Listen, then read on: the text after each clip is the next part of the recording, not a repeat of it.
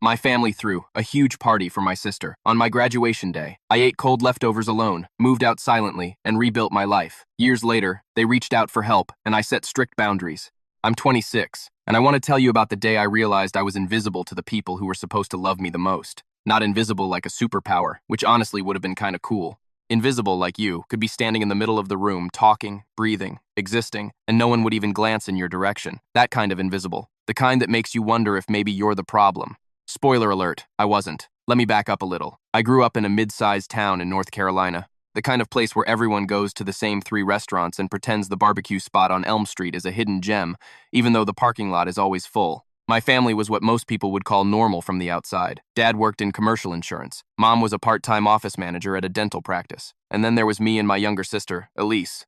Elise is 2 years younger than me. And if you ask my parents, she hung the moon, the stars, and probably invented gravity while she was doing it. Now, look, I'm not one of those people who blames everything on sibling rivalry. I get it, parents aren't robots. Sometimes the dynamic just shakes out a certain way, but there's a difference between a slight lean and a full-on architectural collapse in one direction. In my family, Elise was the sun, and I was whatever rock happens to be, floating in the dark on the opposite side of the solar system. I don't even think it was malicious, at least not at first. It just was. Elise was the loud one, the performer, the kid who would sing at family gatherings and make the aunts cry. She did theater in middle school, cheerleading in high school, student council, homecoming court, the whole highlight reel, and every single thing she did, my parents were front row. Mom once drove 45 minutes in a thunderstorm to watch Elise's junior year talent show where she sang a Carrie Underwood song. I'm not even exaggerating when I say I had a cross-country meet the same weekend that was 15 minutes from our house, and neither of them showed up. Dad said he forgot. Mom said she thought it was the following week. It was on the fridge calendar in red ink that I wrote there myself. I was the quiet kid. Good grades, not great.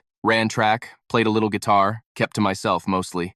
I wasn't causing problems, but I also wasn't giving anyone a reason to put me on a pedestal. And in my family, if you weren't performing, you were furniture. I learned pretty early that asking for attention was like yelling into a canyon. You'd hear your own voice bounce back, and that was about it. There were 100 little moments over the years that chipped away at me. The time Elise got a brand new car for her 16th birthday. A used Honda Accord.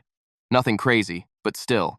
I got my license 6 months earlier and was told to take the bus until I could save up for my own. The time Mom threw a surprise party for Elise's acceptance into state, and I found out I got into UNC Charlotte from a letter I opened alone at the kitchen counter while everyone was out getting Elise's celebration cake. I remember standing there holding this envelope, reading the word congratulations, and the house was completely empty. I put the letter on the fridge myself. It stayed there for 2 days before Mom noticed and said, "Oh, that's nice, honey. That's nice, honey." 4 words that could summarize my entire childhood, but I kept going. I told myself it didn't matter, that I'd make my own way, that once I graduated and got out into the world, I'd build something they couldn't ignore. I put my head down, worked hard through college, double majored in finance and economics, held down a part-time job at a bookstore near campus, and graduated with honors. Not summa, but solid dean's list. I was proud of myself. I really was. And maybe, just maybe, I thought this would be the thing that made them see me. Graduation day was in May. Beautiful weather, the kind of spring day that feels like the universe is giving you a thumbs up. I woke up that morning feeling something I hadn't felt in a long time, hopeful. I ironed my white shirt, put on my tie, looked at myself in the mirror, and thought, today they'll be proud. Today is my day. The ceremony was at 2 o'clock in the afternoon. I had told my parents about it weeks in advance. I had texted the details. I had literally printed out a schedule and left it on the kitchen counter next to the coffee maker where Dad stands every morning like a zombie waiting for caffeine to revive him. They said they'd be there, both of them, at least. Elise was finishing up her sophomore year at State, and I figured that was a coin toss. I walked across that stage, shook the dean's hand, and looked out into the crowd.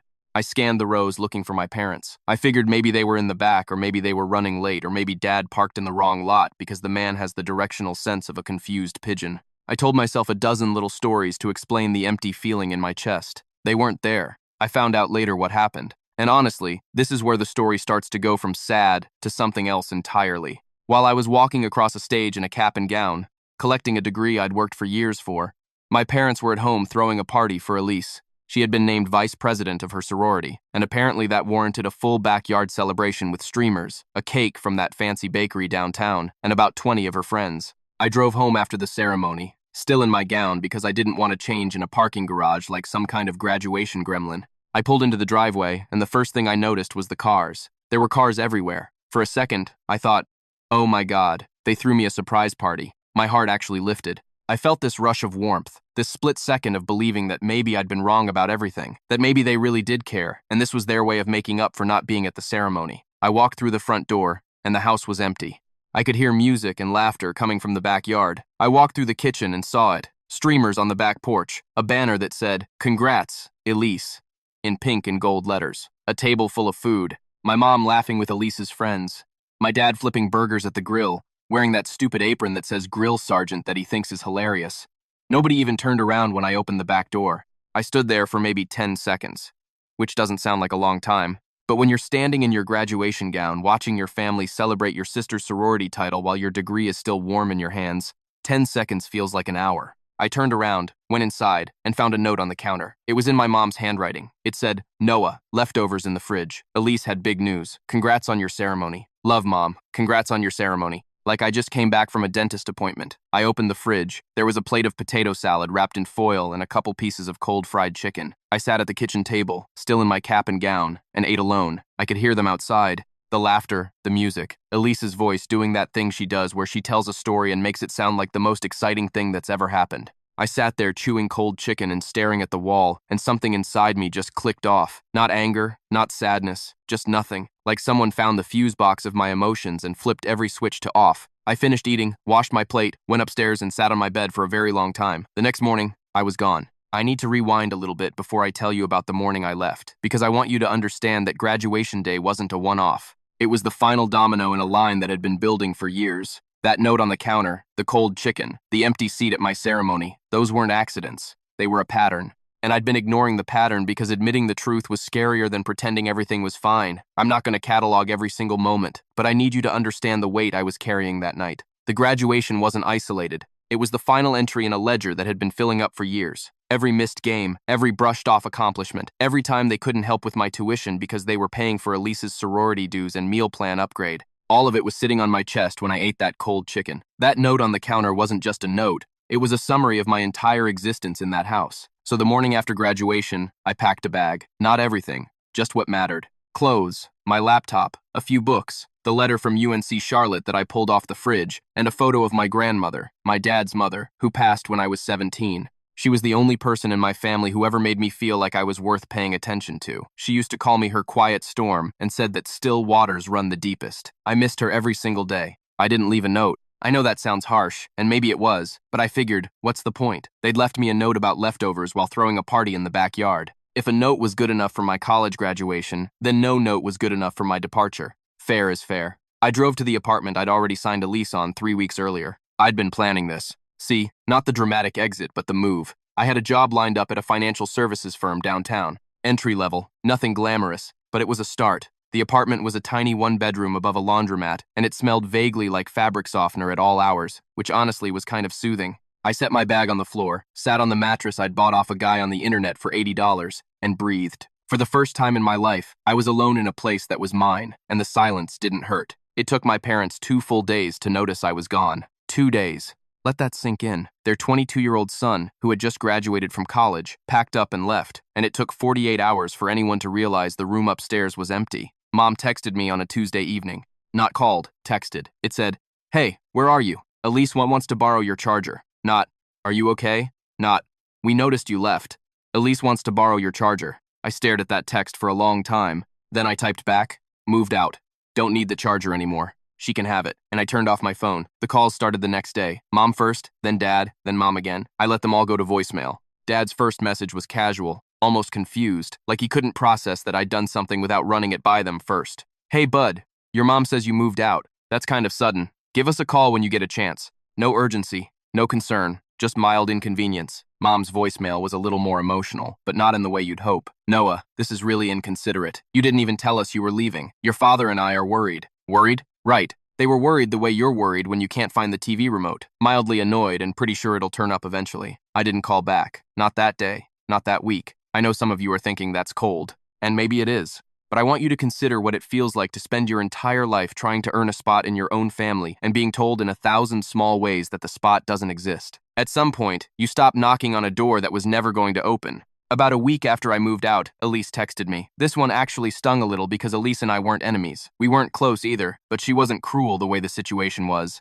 She was just the beneficiary of a system she didn't build. Her text said, "Hey, mom and dad are being weird. Are you okay? Did something happen?" I thought about responding for a long time. I even typed out a few different messages. One was honest, one was sarcastic, and one was just, "I'm fine." I went with the last one, 2 words, "I'm fine," because I didn't have the energy to explain to my sister that the something that happened was every single day of my life in that house. She replied, "Okay, well, we miss you. Come visit soon." And I almost believed her. A month went by, then 2. I threw myself into work, learned the job fast, impressed my manager, a guy named Haron, who was this no-nonsense former military type who communicated almost entirely in nods and grunts, but somehow made you feel like he saw you. Haron didn't hand out compliments like candy, so when he told me after my first quarterly review that I was sharp and had good instincts, I nearly fell out of my chair. I started building a life. I bought a real bed frame from an actual furniture store. I learned to cook something other than ramen and scrambled eggs. I went for runs in the mornings and found a coffee shop near my apartment where the barista, this woman named Sutton, remembered my order after the 3rd visit and started asking me about my day. Small things, normal things, things that felt enormous when you'd spent 22 years feeling like a ghost in your own home. And then about 3 months after I left, my parents tried to pull me back in. It started with Mom showing up at my apartment unannounced. I came home from work and she was sitting in her car in the parking lot. My stomach dropped the second I saw her because I knew this wasn't a caring visit. This was a mission. She had that look on her face, the one she used when she wanted something and was prepared to guilt trip her way to it. She got out of the car and hugged me, and I'll be honest, for about 2 seconds it felt nice. Then she pulled back and the first words out of her mouth were, "Your sister's birthday is next month and she really wants you there. Not I'm sorry, not I miss you, not we should have been at your graduation. Your sister's birthday." That was the opening line. That was the reason she drove 40 minutes to my apartment. I felt that old familiar numbness creep back in, that fuse box clicking off. I looked at her and said, "I'll think about it." She started to say something else. Something about family being important and how Elise would be heartbroken if I didn't come. And I just repeated, "I'll think about it, Mom." She left. I went inside, sat on my bed, and stared at the ceiling for about an hour. And something in me hardened, not in a bitter way, not in an angry way, just in a way that said, I'm done being the one who adjusts. I'm done being the one who shows up and gets handed a plate of cold chicken and a note. I'm done performing for people who aren't watching. I didn't go to Elise's birthday party. And that, as it turned out, was the first real decision I ever made for myself. It wouldn't be the last. The months after I skipped Elise's birthday were some of the loneliest of my life. And I'm not going to sugarcoat that. Cutting yourself off from your family, even a family that treated you like an afterthought, doesn't feel heroic. It feels like standing in an empty room and wondering if the silence is peace or just a different kind of pain. For a while, I couldn't tell the difference. I threw myself into work because that was the only thing that made sense. Numbers, spreadsheets, projections, those things followed rules. You put in the effort and the output was predictable. People were not predictable. People could love you and forget you in the same breath, but a balance sheet was honest. Haron noticed I was burning the midnight oil. He didn't say anything for 2 weeks, just observed me the way he observed everything. Then one Friday evening, he walked past my desk, dropped a business card on it, and said, "My buddy runs a financial planning practice. Pays better. Call him Monday." Then he kept walking. The name on the card was Deacon Merritt. I called Monday, interviewed Wednesday, had an offer by the following week. Sometimes the people who care about you the most don't make a production out of it.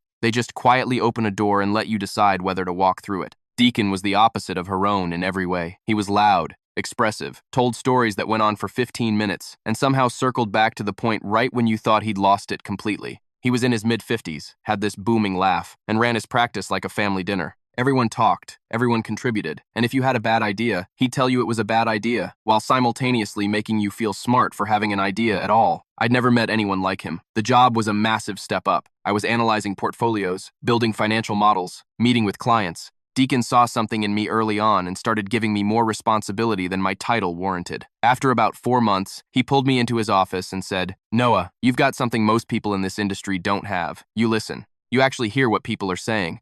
Not just the words, but the thing underneath the words. That's rare. Don't ever lose that." I almost told him that I learned to listen because no one ever listened to me, but I kept that to myself. Some truths are better as fuel than conversation. Around this time, I also met someone. Her name was Waverly.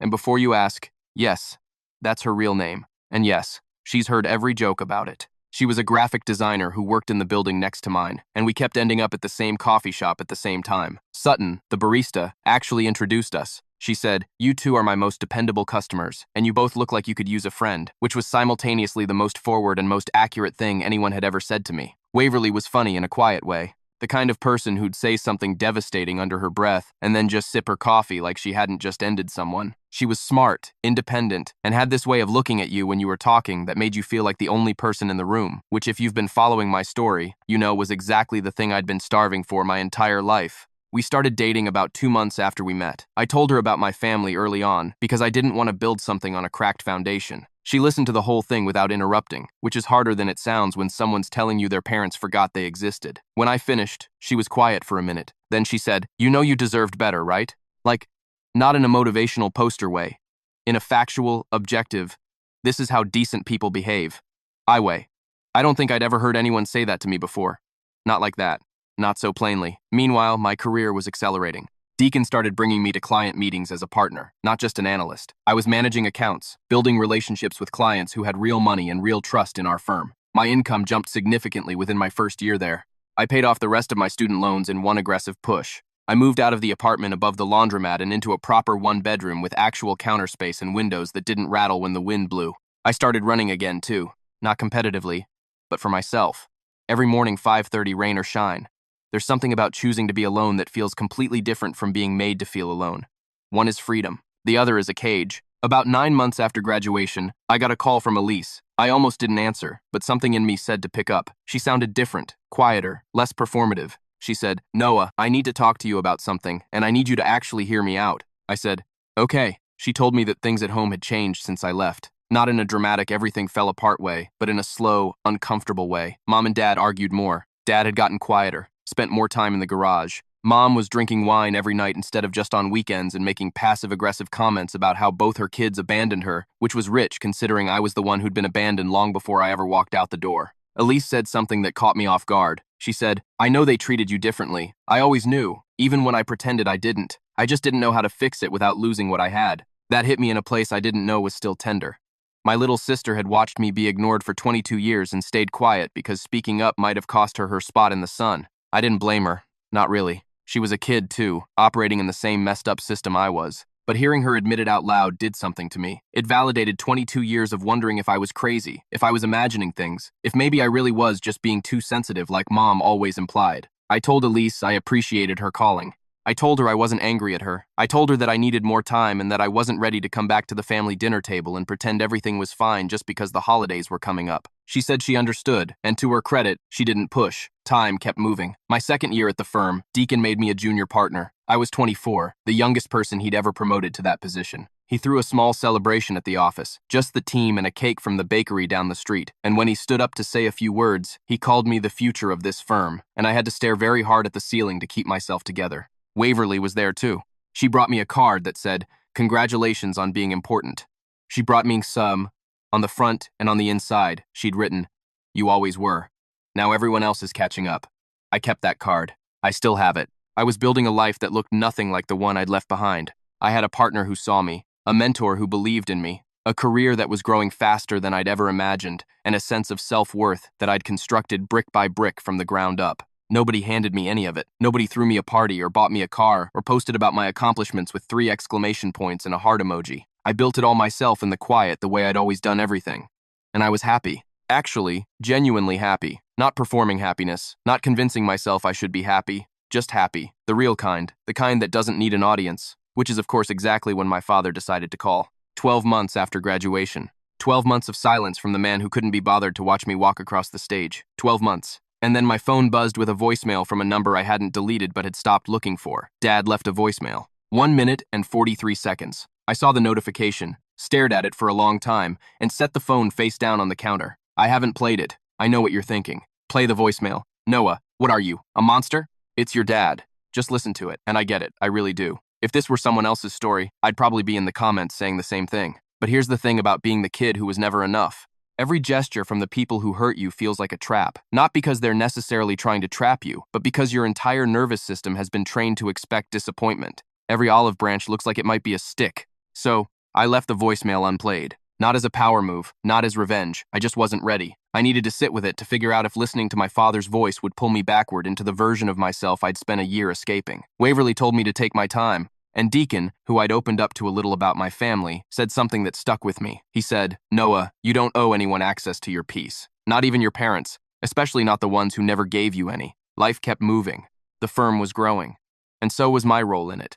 Deacon started talking about retirement in that vague way people do when they're testing the waters. He'd say things like, I've been thinking about spending more time at the lake house. Or, Waverly's got you domesticated. Maybe I should let my wife domesticate me before it's too late. But underneath the jokes, I could tell he was serious. He was grooming me to take over the practice. And the weight of that responsibility was both terrifying and deeply affirming. Around the 14-month mark after graduation, something happened that changed the entire trajectory of this story. Elise called me again. This time, she wasn't reflective or apologetic. She was panicked. Noah, Dad lost his job. I sat down. What do you mean he lost his job? The company restructured. His whole department got cut. He's been out for 3 weeks and he didn't tell anyone. Mom found out when she saw the severance paperwork on his desk. I processed this quietly. My father, the man who spent 30 years in commercial insurance, who defined himself entirely by his stability and his ability to provide, was unemployed, and he'd hidden it for 3 weeks. That part didn't surprise me. My family's primary language was avoidance, Elise continued. It's bad, Noah. They've got the mortgage. Mom's hours got cut at the dental office last month, and Dad's been just sitting in the garage pretending to organize tools. He won't talk to anyone. Mom's freaking out. What do you want me to do about it, Elise? There was a pause, a long one. Then she said, I don't know. I just thought you should know. I told her I was sorry to hear it, and I meant that whatever my father had done to me, or more accurately, hadn't done, I didn't wish financial ruin on him. But I also noticed something in Elise's voice, a frequency I recognized because I'd heard it in my own voice for years. She was hoping I'd fix it. She was hoping the quiet one, the responsible one, the one who always figured things out without making a fuss, would step in and handle the situation that the golden child and the attentive parents couldn't manage on their own. And for the first time, I felt something I'd never felt toward my family before. Not anger, not sadness, not numbness. I felt the irony, the cosmic, almost comedic irony of the child they forgot suddenly being the one they needed. I didn't act on it right away. I went home, told Waverly, and she looked at me with that steady gaze of hers and said, What do you want to do? Not what should you do. Not what's the right thing to do. What do you want to do? I loved her for asking it that way. I don't know yet, I said, but I'm not going to rush into anything. Over the next few weeks, I did something I'd never done before. I thought about my family strategically, not manipulatively, but deliberately. I asked myself what outcome I actually wanted. Not what outcome would make them comfortable. Not what outcome would make me look like the bigger person, but what I actually needed for my own healing. I talked to a therapist. Her name was Rosalind, and she was this calm, unflappable woman who had a way of asking questions that made you answer your own problems. I told her about the graduation, the note, the cold chicken, the years of invisibility. She didn't gasp or look horrified. She just nodded and said, So, you learned very early that your needs weren't a priority, and now they need you, and you're trying to figure out if meeting their needs means abandoning your own again. I could have hugged her. That was exactly it. Rosalind helped me understand something critical. She said that reconciliation isn't the same as restoration. You can reconnect with people without giving them back the power to hurt you. You can forgive without forgetting. You can show up without going back. That distinction changed everything. I started formulating a plan, not a revenge plan, because this isn't that kind of story. A boundary plan. Here's what I'm willing to give, and here's what I'm not plan. I talked to Waverly about it. Talked to Rosalind, even talked to Deacon, who despite being a financial advisor, had surprisingly good emotional intelligence for a guy whose idea of expressing feelings was a firm handshake and a nod. Here's what I decided. I would reach out to my parents. I would offer to help. Not because they deserved it, but because I had the means. And I'd rather live as the kind of person who helps than the kind who doesn't. But I would do it on my terms, with conditions, with boundaries so clear you could see them from space. I called Elise first. I'm going to come home, I said. But I need you to understand something. I'm not coming back to be the quiet kid who eats cold chicken and pretends it's fine. I'm coming back as an adult with things to say, and they're going to hear them. All of them, including you. She was quiet for a second, then said, Okay, that's fair. And Elise, I'm not doing this for them. I'm doing this for me. I know, she said, and I believed her. I spent the next week preparing, not in a dramatic writing a speech on index cards way, but internally. I thought about what I wanted to say. I thought about every moment that had cut me, every silence that had spoken louder than words, every time I'd been treated like an accessory in my own life. And I thought about who I was now. The junior partner, the guy with the beautiful girlfriend and the mentor who called him the future. The guy who built himself from scratch in a one-bedroom apartment that smelled like fabric softener. I wasn't the invisible kid anymore, and it was time they knew it. I drove to my parents' house on a Saturday morning. I brought Waverly with me, not as a shield, but as a witness. I wanted someone there who knew the real me, the me I'd become, not the me my parents had decided I was. I pulled into the driveway. The house looked the same. The hedges were a little overgrown. The paint on the shutters was starting to peel, and Dad's truck was in the driveway with a layer of dust on it that told me it hadn't moved in a while. Everything about the place looked tired, like the house itself had given up on pretending. I sat in the car for a minute. Waverly put her hand on mine and said, "You've got this. And whatever happens in there, we're going home together." After, I took a breath, opened the door, and walked up to the front porch. The same porch where I used to sit as a kid reading books while Elise's laughter echoed from inside. The same porch where my grandmother used to sit with me on summer evenings and tell me I was her quiet storm. I knocked on the door. My mother opened it, and for a moment, she just stared at me like she was looking at a stranger. In a way, she was. My mother stood in the doorway, looking at me like I'd materialized out of thin air. She was thinner than I remembered, the lines around her eyes deeper, wearing an old cardigan I recognized from when I was in middle school. She looked tired in a way that went deeper than sleep. "Noah," she said, and her voice cracked on the second syllable. "Hey, Mom." She hugged me, and I let her, but I didn't melt into it. I hugged her back the way you hug someone at a funeral, present but measured. I introduced Waverly, and Mom did that thing where she tried to be welcoming, while clearly thrown off balance by the fact that her estranged son had shown up with a woman she'd never met.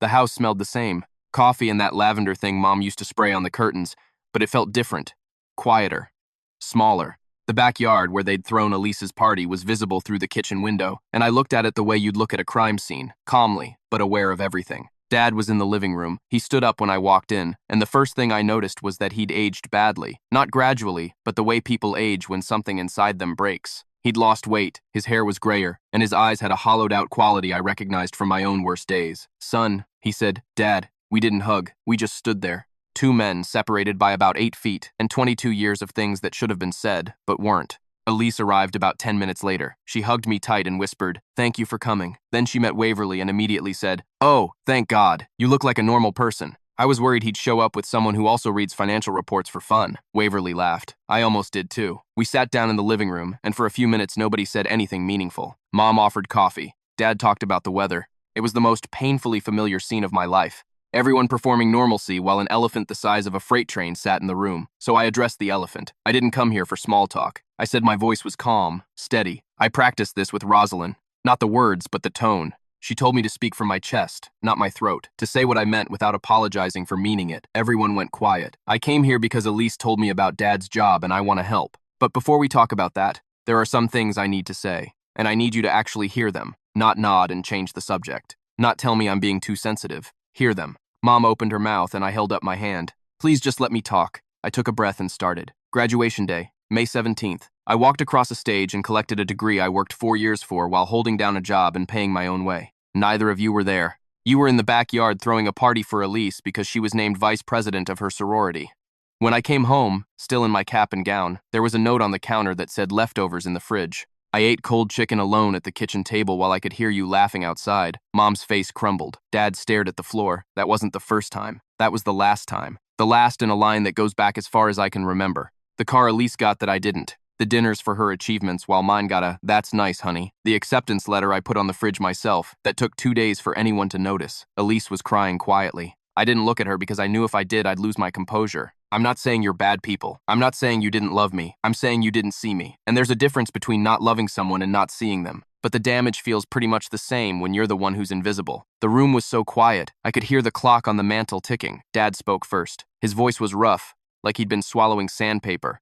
"Noah, I didn't realize it was that bad. I know you didn't. That's the problem. It shouldn't have taken me leaving for you to notice I was here." Mom was full on crying now. "I'm sorry," she said. And to her credit, she didn't try to explain it away or make excuses. She just said it over and over. "I'm so sorry, Noah." I let her cry. I didn't rush to comfort her because I'd spent my whole life managing other people's emotions at the expense of my own. And Rosalind had helped me understand that I didn't have to do that anymore. Then I said, "Here's what I'm willing to do. I've done well for myself. I have the means to help with the mortgage while Dad finds a new position. I can connect him with people in my network who might have leads, but I'm not doing it as the grateful son who's just happy to be invited back. I'm doing it as an adult who's choosing to help, and I need you to understand that this doesn't erase what happened. It doesn't fix us. It's just me being the kind of person I want to be." Dad looked at me, and for the first time in my life, I saw something in his eyes that wasn't distraction or indifference. It was respect. Not the performative kind you give to strangers, but the real kind. The kind you give to someone who just showed you exactly who they are and didn't flinch. "You grew up," he said quietly. It wasn't a grand apology. It wasn't a hallmark moment, but it was honest. And from my father, honest was new territory. I had to, I said. Nobody was going to do it for me. That landed the way I intended it to.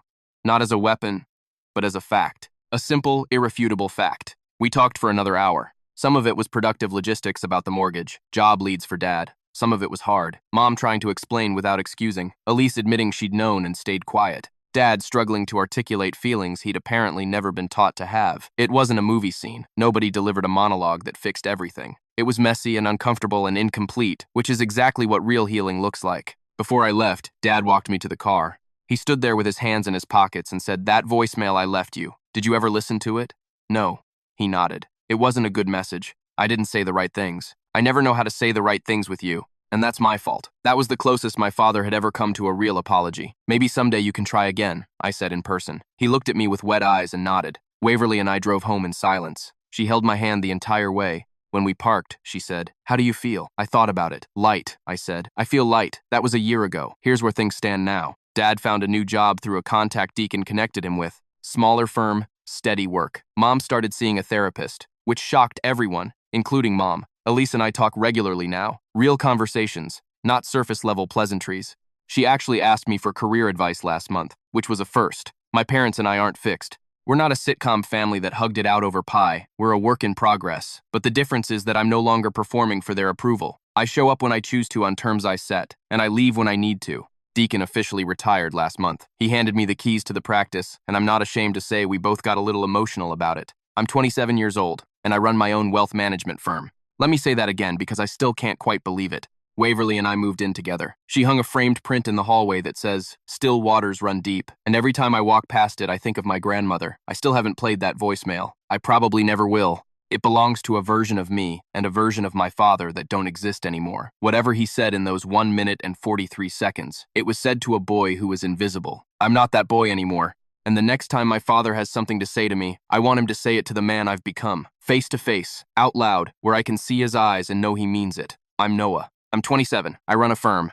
I have a woman who loves me. And I built every piece of my life with my own 2 hands in the quiet. And if you take nothing else from this story, take this. You are not invisible. Not because someone finally decides to see you, but because you were never invisible in the first place. The people who couldn't see you were just standing in the wrong light.